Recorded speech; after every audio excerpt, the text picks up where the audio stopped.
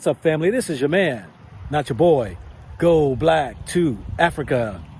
You know, I want to report this right here that the Democratic Republic of Congo is broadcasting the news that they are part of the children of Israel.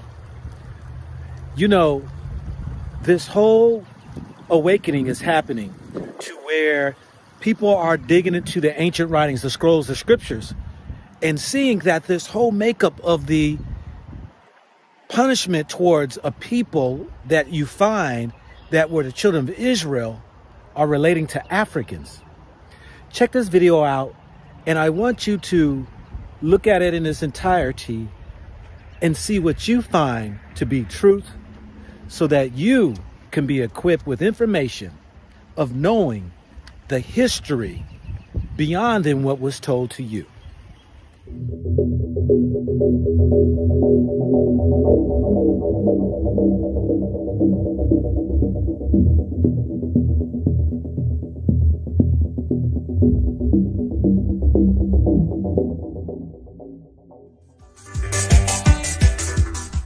Mesdames, Messieurs, bienvenue. Alors aujourd'hui, j'ai un grand plaisir de recevoir des personnes qui vont nous parler de quelque chose de très très important.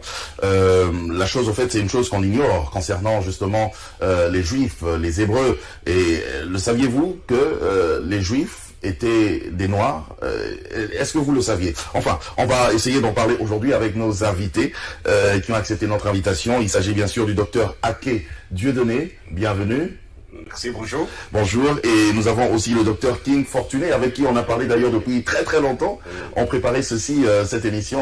Bienvenue. Merci. Voilà, alors je m'en vais directement, je pose la première question parce que c'est vraiment cette question-là qui va nous aider justement à avancer. Hein. Vous allez essayer de répondre tout le temps à deux. Je commence par docteur Aké. Vous dites que les Juifs, les vrais Hébreux sont des Noirs, les Africains. Non. Pourquoi? D'accord, merci. Je voudrais saluer les téléspectateurs de Congo Web et qui nous suivent actuellement et dire que nous sommes si heureux de partager ce thème avec eux. Et les Juifs sont noirs. C'est choquant. C'est choquant. C'est choquant, mais c'est une réalité parce que quand on parle de Juifs ou Hébreux, cela fait attrait aux Saintes Écritures, à la Bible. Parce que la Bible, nous savons bien que Dieu a donné sa parole à un peuple donné. La Bible dit que Dieu a regardé parmi tous les peuples, il a choisi, n'est-ce pas, une nation. Une nation. Voilà, qui devait, n'est-ce pas, être appelée la nation élue, le peuple élu. Et c'est à ce peuple élu que Dieu a confié sa parole. Et ce peuple-là s'appelle le peuple d'Israël. Et maintenant, nous disons aujourd'hui qu'Israël est un peuple noir. Et ça choque parce qu'il y a un peuple qui existe aujourd'hui. En Israël.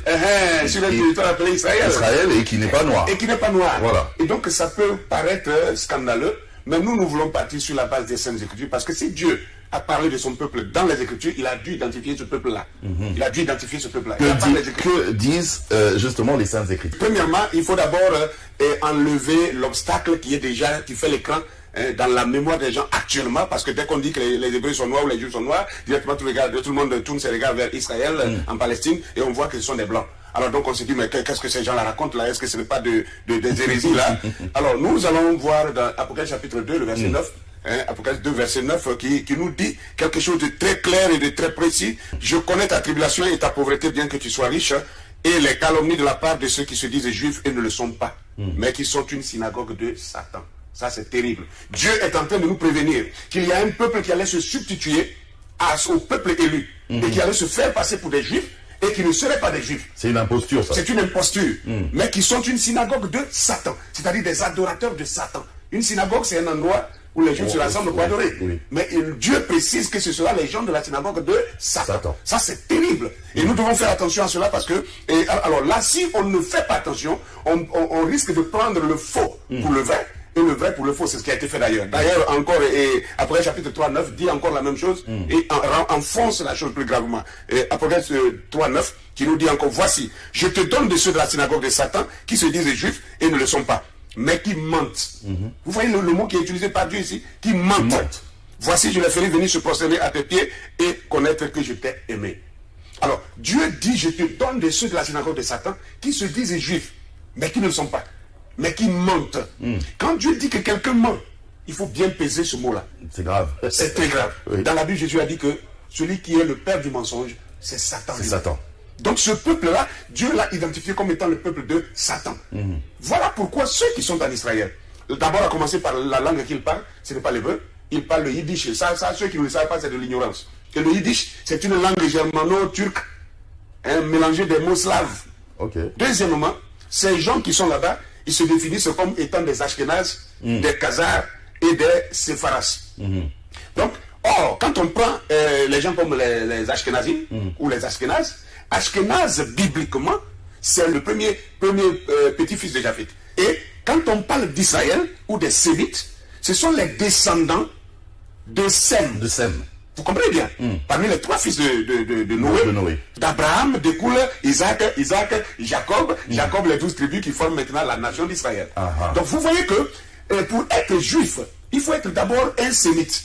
Or, les Ashkénazes sont carrément de la lignée de Japheth. Donc ce sont les descendants d'Ashkénaz qui sont en Israël actuellement. Ok, donc sur base de ça déjà, c'est exclu. C'est exclu, ils sont hors sujet. Et maintenant les Khazars, prenons les Khazars. Les Khazars découlent d'un ancien royaume qui a existé entre le 4e et le 11e siècle, qu'on appelait la Khazarie, qui se situait au sud de la Russie et entre la mer Caspienne et la mer Noire. Et justement la zone de l'Ukraine actuellement. Vous voyez un peu. Et ce royaume-là, c'était des Turcs. C'était un peuple turc mélangé de Slaves et de Russes. C'était un peuple usurpateur. C'est-à-dire c'était un peuple qui agressait tous ceux qui passaient. Et donc, ils arrachaient leurs biens, ils les tuaient et ils prenaient leur identité. Okay. Déjà à l'époque, ils étaient déjà comme ça, des imposteurs. Des imposteurs. La Russie et l'Allemagne à l'époque et se sont mis ensemble autour du 7e siècle par là. Ils ont voulu leur faire la guerre pour les détruire. Et on leur a dit, vous choisissez une de ces religions ou alors on vous massacre. Et ils ont choisi le judaïsme. Je pose quand même la même question au Dr King.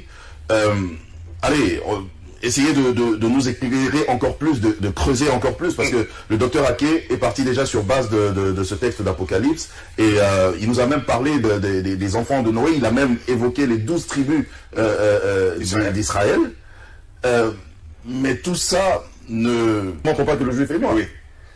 Ok, ben, je crois que c'est une situation, une question très, très complexe, et puis il faut avoir plus du temps pour développer, mais je pense que nous sommes ici pour donner quelques briefs. Premièrement, je vais prendre la notion de la numérologie. La numérologie par rapport à une clé prophétique dans Ézéchiel chapitre 4, où Ézéchiel s'est penché 390 jours pour porter le péché de la maison d'Israël et 40 jours pour porter le péché de la maison de Juda. 390 plus 40, ça donne 430. Or, lorsque nous voyons le peuple qui a subi la servitude qui a duré près de 4 siècles, il s'agit bien du peuple africain ou du peuple noir qui ont été déportés à partir de l'Afrique. Le châtiment de 4 siècles est un châtiment réservé qu'à Israël. Donc le peuple qui subit ce châtiment-là, assurément c'est Israël. Quelqu'un va dire c'est juste une coïncidence. Il faut maintenant rattacher ces prophéties-là par rapport à ceux-là qu'on appelle les Juifs. Sinon, il faut commencer par régner la Bible. Pourquoi 400 ans de servitude? 4 siècles. Parce que selon Lévitique 26, le verset 18, quand Israël pécherait, Dieu devait les punir 7 fois. Et au verset 33 jusqu'au verset 34, il est dit, je vous disperserai parmi les nations, je vous arracherai de vos terres. Et dans Deutéronome 28, le verset 68, là, dans Deutéronome, il faudrait que les téléspectateurs prennent leurs notes, qu'ils étudient, qu'ils lisent calmement ce chapitre, comme dit mon frère ici, il faut le lire avec les yeux décolonisés. Il s'agit là des châtiments qui devaient toucher Israël en cas de désobéissance. Et le dernier châtiment, il est dit, et l'Éternel te ramènera sur des navires en Égypte, et tu feras ce chemin dont je t'avais dit, tu ne le verras plus. Là, vous vous offrirez en vente à vos ennemis comme esclaves, comme servantes. Donc, la servitude qui devait durer 4 siècles là précis, c'est la traite négrière selon Deutéronome 28, 68. Il devait revenir d'abord en Égypte. Et l'Égypte, c'est l'Afrique. C'est à partir de l'Afrique qui devait être vendu. Parce que le mot Mitzraïm, c'est aussi servitude. Parce qu'il ne s'agit pas de l'Égypte à l'origine. L'Égypte, ce sont les Grecs qui ont emmené ça. Mesdames, messieurs, vous pouvez toujours laisser un commentaire, un message à ce numéro de téléphone. Je sais que là, dans vos maisons, ça bouillonne un tout petit peu. C'est vrai que moi-même aussi, quand j'ai appris ça, parce qu'on a eu à faire un briefing, ma tête avait bougé, donc on doit essayer de comprendre. This is your man, not your boy. Go black to Africa. Think about it, think about it, think about it, think about it, think about it, think about it.